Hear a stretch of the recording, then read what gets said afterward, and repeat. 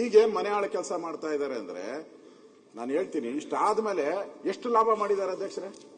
96 ಕೋಟಿ ಲಾಭ ಮಾಡಿದ್ದಾರೆ ಈ ವರ್ಷ. 96,000 ಲಾಭ ಮಾಡಿದರು.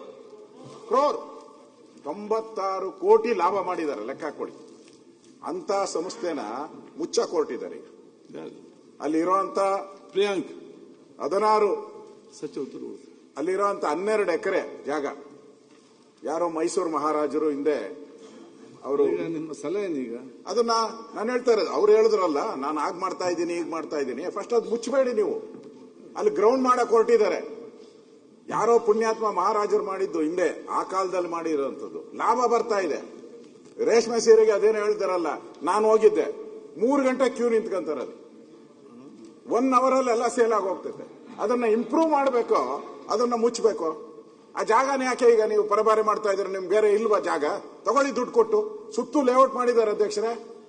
500,000 ಎಕರೆ ಲೇಔಟ್ಗಳು ಮಾಡಿದ್ದಾರೆ. ಅದು ಸುತ್ತು ಏರಿಯಾ ಸುತ್ತೂರು. ಅವ್ರಿಗೆಲ್ಲ ಜಮೀನ್ ಸಿಗುತ್ತೆ, ಇವ್ರಿಗೆ ಜಮೀನ್ ಸಿಗಲ್ಲ.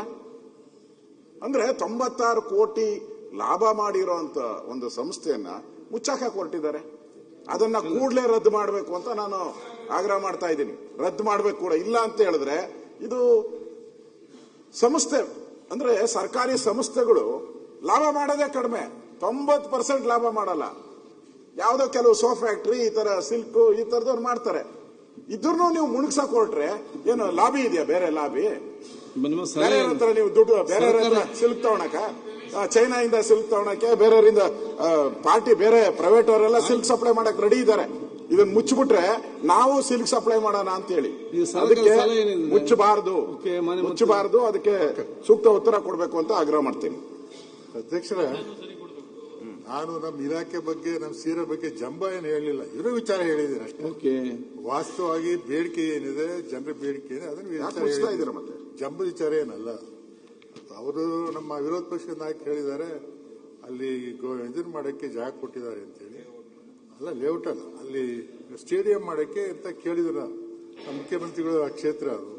ಪಾಪ ಅವ್ರಿಗೆ ಯಾರೋ ಅಧಿಕಾರಿಗಳು ಮಿಸ್ಗೈಡ್ ಮಾಡಿದ್ದಾರೆ. ಏನೋ ಅಲ್ಲಿ ಜಾಗ ಇದೆ, ತಗೋಬಹುದು ಅಂತೇಳಿ. ಈಗ ಅವ್ರಿಗೆ ಗೊತ್ತಾಗಿದೆ, ಅವ್ರಿಗೆ ಜಾಗ ಅಲ್ಲದೆ ಈಗ ಗೊತ್ತಾಗ ಜಾಗ ಕೈ ಬಿಡ್ತಕ್ಕಂಥ ಕೆಲಸ ಮಾಡಿ. ಏನು ಹೇಳಿ?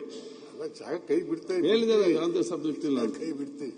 ನಮಗೇನಾದ ಈಗ ವಾಸ್ತವವಾಗಿ ನಮ್ಮ ಸೀರೆಗಳಿಗೆ ಡಿಮ್ಯಾಂಡ್ ಇರೋದು ನಿಜ. ಅದು ನಮ್ಮ ಶ್ರೀವತ್ಸ ಅವರಿಗೆ ಮೈಸೂರಲ್ಲಿದ್ದವ್ರಿಗೆಲ್ಲ ವಿಚಾರ ಗೊತ್ತಿದೆ. ಏನೋ ಅದು ಸೇಲ್ಸ್ ಇದೆ, ನಾವೇನ್ ತಯಾರು ಮಾಡ್ತೀವಿ ಅದೇ ಒಂದೇ ದಿನ ಖರ್ಚಾಗುತ್ತೆ. ಅದೆಲ್ಲ ಅಧ್ಯಕ್ಷರೇ, ನಾನು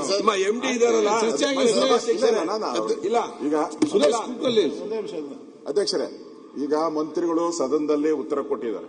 ಅಲ್ಲಿ ನಾವು ಹೋದಾಗ ಸುಮಾರು 2,000 ಜನ ಸ್ಟ್ರೈಕ್ ಮಾಡ್ತಾರೆ. ಮೈಸೂರು, ಚನ್ನಪಟ್ಟಣ ಮತ್ತು 3 ಕಡೆ ಇರುವಂತದ್ದು. ಅದರಿಂದ ಮಂತ್ರಿಗಳು ಉತ್ತರ ಕೊಟ್ಟಿದ್ದಾರೆ. ನಾನು ಅದನ್ನ ಉಳಿಸ್ತೀನಿ ಅಂತ. ಒಳ್ಳೇದು, ನಾನು ಸ್ವಾಗತ ಮಾಡ್ತೀನಿ. ಮಂತ್ರಿ ಹೇಳಿಕೆಗೆ ನಾನು ಬೆಂಬಲವನ್ನ ಕೊಟ್ಟಿದ್ದೀನಿ.